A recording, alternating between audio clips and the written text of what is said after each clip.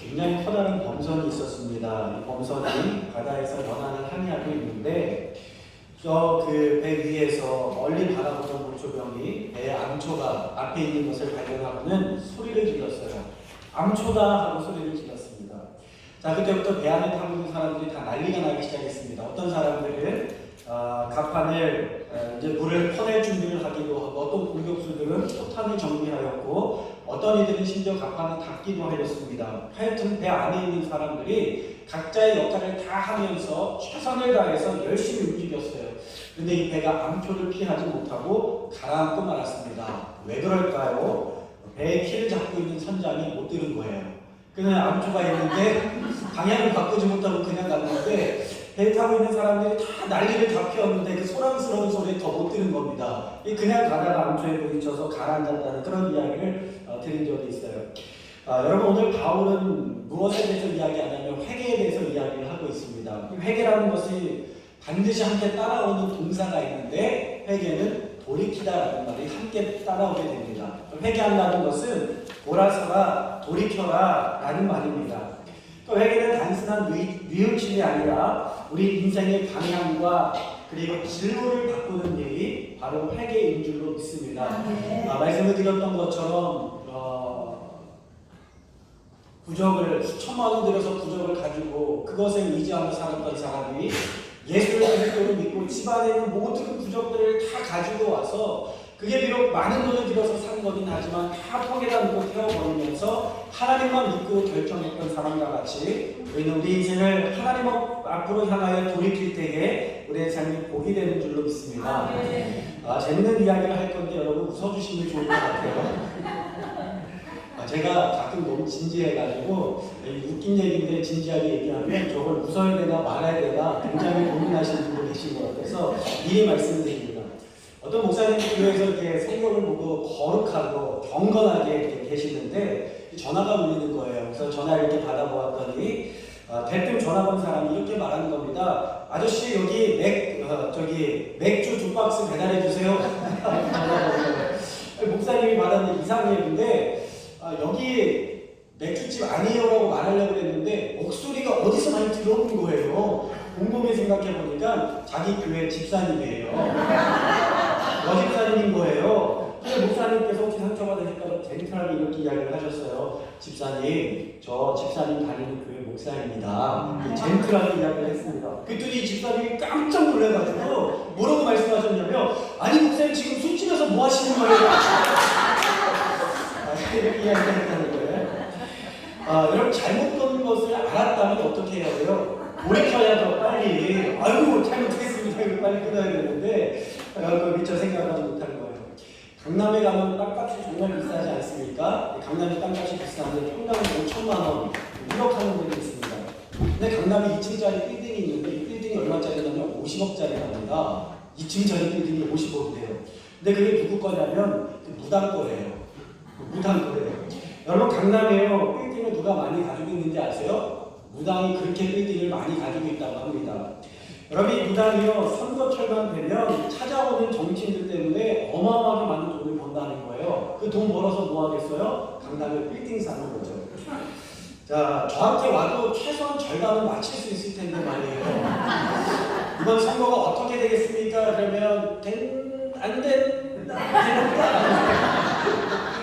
50%는 맞출 수 있을 텐데, 근데 그 무당을 만나서 누군가가 이렇게 물어보았다고 합니다. 이 공인중개사가 그 빌딩 사는 사람에게 이렇게 물어보았대요. 너무 궁금한 거예요. 어떻게 점을 치세요? 그랬더니 손님들이 사진을 딱 가지고 오면 그것을 만져본대요. 딱 만지면 순간 어떤 장면 하나가 스쳐 지나간다는 겁니다. 그러면 그 앞날의 장면이 얼핏 보이면 그걸 가지고 나름대로 해석을 해준대요. 해석을 해준답니다. 그래 물어봤어요. 그러면 찾아온 사람마다 다 앞날이 보이세요? 그러니까 이 무당이 아유, 그럴 리가요. 절대 그렇지 않죠. 신기가 오른 이른 아침에 1~2명 정도 보일까? 그런 게 보이고 나머지는 안 보여요. 낮에 가는 사람은 그냥 대충 둘러대고 거짓말하는 거예요. 여러분, 잘 들으시고 생각하시고 아침에 일찍 가시면 돼요? 안 돼요? 안 돼요.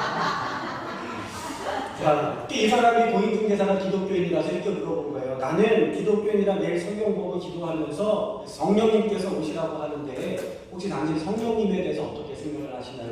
물어보았더니 이 사람이 신내림을 받아서 점을 치는 사람인데 그러니까 귀신을 주인으로 모신 사람이죠.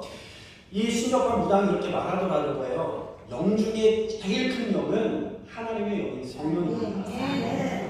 나도 그거 알아요. 그런데 나한테는 다른 신이 내려서 이렇게 무당으로 살고 있습니다. 이 신이 돈을 벌게 해주는 것 같아도 많은 돈을 벌게 해주지만 나중에 내 인생까지 좋게 해주지는 않아요. 비참하게 내던져지는 사람도 많이 보았습니다. 하면서 그가 고백하는 것을 들었습니다. 여러분, 바울이 전도했던 어떤 지역에는 성령을 돈 주고 사는 사람들이 있었습니다. 바로 이 성령이라는 신을 신접하면 돈이 되겠다 생각을 하는 거예요. 그래서 바울에게 얼마면 돼? 얼마면 나에게 팔 수 있냐 물어보기도 하고, 또 어떤 사람들이 유대인들 중에 마술을 하면서 다니던 사람들이 있는데 이 바울이 성령의 이름, 예수의 이름으로 귀신을 쫓아내는 것을 바라보면서 예수님을 믿지 않는 이들이 이렇게 이야기합니다. 악귀에 들린, 귀신에 들린 사람에게 가서 예수 믿지 않는 마술을 행하는 이 유대인들이 내가 예수의 이름으로 명하더니 귀신아 떠날지어다 이렇게 이야기를 해요. 그때는 귀신이 웃으면서 이렇게 이야기하죠. 내가 예수도 알고 바울도 아는데 너희들은 도대체 누구냐? 이렇게 귀신이 이야기합니다. 여러분, 귀신이 예수님을 압니다. 귀신이요 주님을 알아요.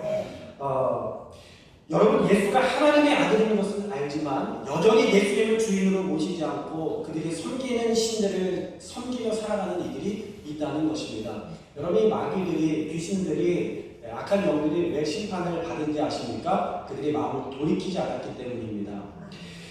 우리는 철저히 하나님 앞에 엎드려 회개해야 될 줄이 있습니다. 오늘 말씀해 보니까 바울이 뭐라고 이야기하느냐, 20절의 말씀을 함께 읽어보도록 하겠습니다. 다 같이 읽겠습니다. 먼저 다메섹과 예루살렘에 있는 사람과 유대 원방과 이방인에게까지 회개하고 하나님께로 돌아가서 회개에 합당한 일을 하라 전하므로. 자, 바울이 받았던 사명이 무엇이냐면 회개를 전파하는 것이었어요. 예수님이 그리스도이시니 하나님만이 참 하나님이시니 주님께로 돌아와 회개하여 돌이키고 하나님만을 주인으로 섬기고 살아가라. 그것이 바로 사도 바울이 전한 메시지인 줄로 믿습니다. 여러분, 교회가 왜 힘을 자꾸 잃어버리고 있습니까? 여전히 예수님을 주인으로 모시지 않고 여전히 거듭난 성도들이 영의 사람으로 다시 태어난 성도들이 능력을 잃어버리는 이유는 그것은 바로 우리가 회개하지 않기 때문입니다. 씻지 않기 때문이에요. 얼굴 말고 우리가 마음의 죄를, 심령의 죄를 회개하지 않았기 때문입니다. 여러분, 또 유머를 할게요. 웃어주시면 감사하겠습니다. 어떤 교회에서 있었던 일인데 교회 앞에서 전사들이 아주 열정을 가지고 하나님의 말씀을 친구하고 전하고 있었어요. 여러분, 예수님을 믿어야 됩니다. 예수님이 구원자입니다. 예수님이 여러분을 사랑하십니다. 우리 어린이들이 예수님 믿고 구원받으려면 회개해야 됩니다. 이렇게 이야기를 했어요. 그리고 나서 침을 막 튀기면서 설교가 다 끝난 다음에 맨 앞에 앉아서 정말 열심히 듣고 있었던 한 친구에게 물어봤습니다. 자, 우리 어린이 회개하려면 먼저 어떻게 해야 되지요? 하고 이렇게 물어보니까 이 아이가 정말 명석하고 똘망똘망하게 이렇게 대답을 한 거예요. 네, 먼저 죄를 지어야 합니다. 여러분, 우리가 죄를 지어야 회개하는 것이 아니라 죄인이기 때문에 회개한다는 사실을 기억하시길 바랍니다. 우리는 죄인이죠. 사랑하는 여러분, 우리는 이미 하나님 앞에 죄인인 것입니다. 요한복음 13장에서 예수님은 제자들의 발을 씻기면서 이렇게 말씀하세요. 이 제자들의 발을 씻기셨습니다. 그때 베드로가 이렇게 말하죠. 예수님, 어떻게 예수님께서 제 발을 씻깁니까? 스승님께서 어떻게 저희 발을 씻길 수 있습니까? 그럴 때 예수님께서 이렇게 말씀하십니다. 너무나도 중요한 말씀인데, 내가 너를 씻어주지 아니하면 너가 나와 아무런 상관이 없다. 주님 말씀하세요. 발을 씻어주기 때문에 상관이 있는 것이 아니라 예수님께서 이 땅 가운데 오셔서 하신 일이 무엇입니까? 우리의 죄를 용서하시고 깨끗게 하시고 씻어주신 일이었다는 거죠. 그러니까 우리가 죄를 씻음을 받지 않으면 우리가 하나님과 상관이 없는 삶, 하나님과 관계가 없는 삶, 예수님과 전혀 관계가 없는 삶을 살아간다는 거예요. 여러분, 상관이라는 말은 헬라어로 메노스라는 단어를 사용하는데 함께 몫을 나눈다, 그리고 관계를 맺다라는 의미를 가지고 있어요. 예수님께서 우리를 씻어주는 것이 무엇이냐면 죄인데, 회개를 통해서 죄의 씻김이 없다면 우리는 예수님과 영적인 상속과 유업을 나누지 못하고 관계를 맺지 못한다는 것을 말씀해 주고 있는 겁니다. 내가 예수를 평생을 믿어도 왜 예수님과 왜 능력이 드러나지 않는가? 철저한 회개가 하나님 앞에 없기 때문에 그 능력이 우리 가운데 드러나지 않는 것이죠. 그러면 마음이 굳어지고 회개하지 않으면 성령이 인도하심에 둔해진다는 것을 우리가 기억해야 될 줄로 믿습니다. 사랑하는 여러분, 그러므로 우리가 매일 회개하며 살아가야 될 줄로 믿습니다. 모든 것을 다 회개하시기 바랍니다. 이런 것까지 내가 회개해야 되나 할 정도로 주님 앞에 회개하시고 참회하시고 자복하시기를 축원합니다. 여러분, 놀라운 부흥의 대역사에는 항상 먼저 앞서서 일어난 일이 있었는데 하나님 앞에 나와 엎드려 회개하는 역사가 나타났다는 거예요. 영국의 웨일즈 부흥 대운동에는 2년 동안에 100만 명이나 되는 어마어마하게 많은 사람들이 예수를 그리스도로 고백하는 일들이 나타나게 됐는데, 여러분, 그 역사의 시작의 초반에는 어떤 일이 있었냐면 광부였던 이반 로버츠의 간증과 회개로 수많은 사람들이 자복하며 회개하며 부흥의 불길이 타올랐다는 것입니다. 우리도 1907 잘 알고 계시죠? 1907 뭐예요? 평양 냉면 안으로 평양 대부흥의 역사가 나타난 해가 1907년도입니다. 여러분, 1907년도에 평양 장대원 교회 모임 일들이 그 회개가 그 역사가 어떻게 나타나게 됐냐면, 사실은 평양 대부흥 운동 이전에 평양 대회개 운동이 일어났다는 겁니다. 장대원 교회 모임이 회개하기 시작했는데, 그곳에 당시 장로였던 길선주 장로가 이렇게 회개를 했어요. 나는 악한 같은 자입니다. 나는 하나님의 것을, 이웃의 것을 도둑질했습니다. 1년 전 친구의 임종 씨의 정리를 부탁받은 재산을 내가 횡령했고 도둑질했습니다. 내가 죄인입니다 하면서 미망인에게 내일 아침 그것을 천에 다 돌려드리도록 하겠습니다 하면서 회개하기 시작하자, 그 가운데 있었던 사람들이 나는 누구의 쌀을 훔쳤고 나는 도량을 속여서 사람들에게 팔았고 하면서 회개하기 시작했고요. 그 폭탄에 뇌관을 불을 붙인 것처럼 폭발적인 성령의 역사가 나타나서 대한민국을 복음으로 휘몰아치게 한 줄로 믿습니다. 여러분, 우리도요, 우리 교회도 날마다 주님 앞에 회개해야 됩니다. 말씀 앞에 우리를 거울 앞에 비추는 것처럼 비춰보고, 말씀 가운데 살지 못한 것들을 회개하고, 말씀 가운데 순종하지 못한 것들을 회개하고, 하나님의 뜻과 하나님의 생각과 하나님의 마음이 아닌 다른 마음들 가졌던 것들을 철저하게 하나님 앞에 회개할 때에 이 교회가 하나님 앞에 쓰임받는 교회가 될 줄로 믿습니다. 여러분, 복음에는 타협도 없고요, 회개에는 타협이 없습니다. 원래 미국의 원주민이 누군지 아세요? 백인이 아니라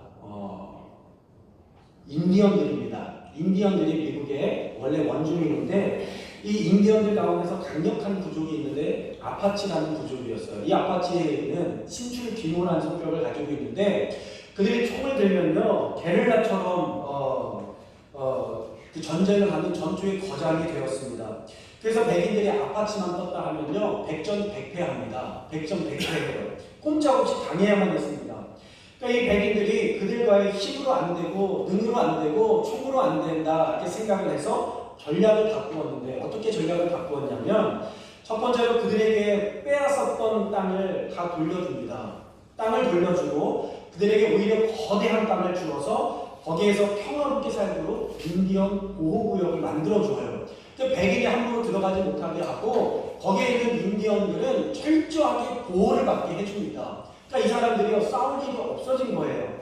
그리고 두 번째로는요, 그들에게 매달 먹을 것을 공급해주고 돈을 주었어요. 가족이 있는 아파치들에게 1,500달러씩 이렇게 돈을 펑펑 쏟아 부어 주었습니다. 한 달에 1,500달러씩 주니까 여러분, 그 당시에요, 일할 필요가 없는 거예요. 일반 백인들보다도 돈을 더 많이 버니까 일할 필요도 없고 공짜로 돈을 받아서 그 돈을 가지고 주던 대로 받아먹는 의존적인 사람으로 점점 몰락해 갔습니다. 오늘날 그들이 인디언 아파치들을 볼 때 어떻게 살아가냐면 거의 나약한 술 주정뱅이와 같은 의존적인 사람으로 살아가는 사람들이 굉장히 많이 있다는 거예요. 여러분, 타협이라는 것이요, 사람이 이렇게 망쳐간다는 것을 기억하시길 바랍니다. 우리는 절대 죄와 타협해서는 안 되는 줄로 믿습니다. 하나님께서 세상에 죄악이 가득한 것을 보시고 홍수로 심판하셔서 모든 악한 자들을 진멸하셨는데 우리 안에 죄악이 있다면 싸워야 될 줄로 믿습니다. 어디까지 싸워야 되느냐? 너희가 죄와 싸우되 피 흘리기까지는 싸우지 아니하고 이렇게 성경은 말씀하고 있거든요. 죄와 싸우되 어디까지 싸워야 되느냐? 피 흘리기까지 싸워야 된다는 것입니다. 여러분 아이들이 싸우면요 언제 싸움이 멈추는지 아세요? 누가 한 사람이 피 흘리면 그 사람은 지는 거예요. 아시죠? 어렸을 때 막 싸우다가 코피 맞아가지고 코피 먼저 흘리면요 그 사람이 지는 겁니다. 그래서 제가 저희 누님을 형님으로 아직까지 모시고 있어요. 제가 어렸을 때 누나랑 싸웠는데 2학년 때가 생각이 납니다. 꽤 의견 차이가 있어서 싸워서 내가 남자인데 자존심 있잖아요. 그래서 먼저 선방을 날렸습니다. 복부를 다 가격을 했어요. 그런데 윽 하더니 윽소리와 함께 반격의 펀치가 날아오는 겁니다. 어디 맞았대요? 코를 정확하게 맞았어요. 근데 제가 너무 창피하게 코피가요 쌍코피가 터졌어요. 정말 제 역사상 제 인생의 가장 치욕스러운 날이 바로 그날인데 쌍코피가 터지면서 제가 그날부터 누나를 형님으로 모시기 시작하고 여기까지 잘 살아오고 있습니다. 여러분 피 흘린다는 것 성경에서 말하는 피 흘림은 무엇이냐면 예수님께서 십자가에 달려 피 흘려 죽으시기까지 하나님의 말씀에 철저히 순종하시고 순종하신 것을 말하고 있는 겁니다. 적당히 하는 게 아니라 이 정도 내가 참았으면 됐지, 이 정도 고생했으면 됐지, 이 정도 힘썼으면 됐지가 아니라 하나님의 말씀에 죽음으로 말미암아 순종하기까지 타협하지 않는 그 믿음이 그 회개가 우리 가운데 있어야 될 줄 믿습니다. 우리는 적당히 하려고 하죠. 우리는 어차피 죄인이고 언제든지 넘어질 수 있는 인간이고 믿기만 하면 하나님 구원해 주시는데 그렇게까지 엄격하게 할 필요가 있어? 이렇게 생각을 하며 살아갑니다. 여러분 재밌는 이야기 할 건데 또 웃어주세요.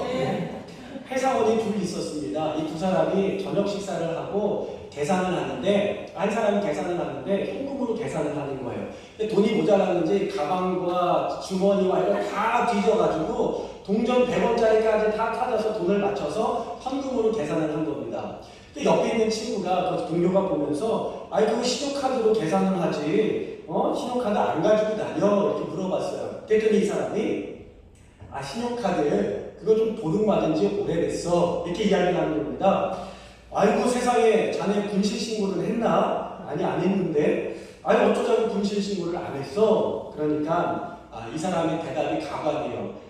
그게 말이야 도둑이 우리 아내보다 돈을 더 적게 쓰더라고. 그래서 아직까지 신고를 안 했습니다.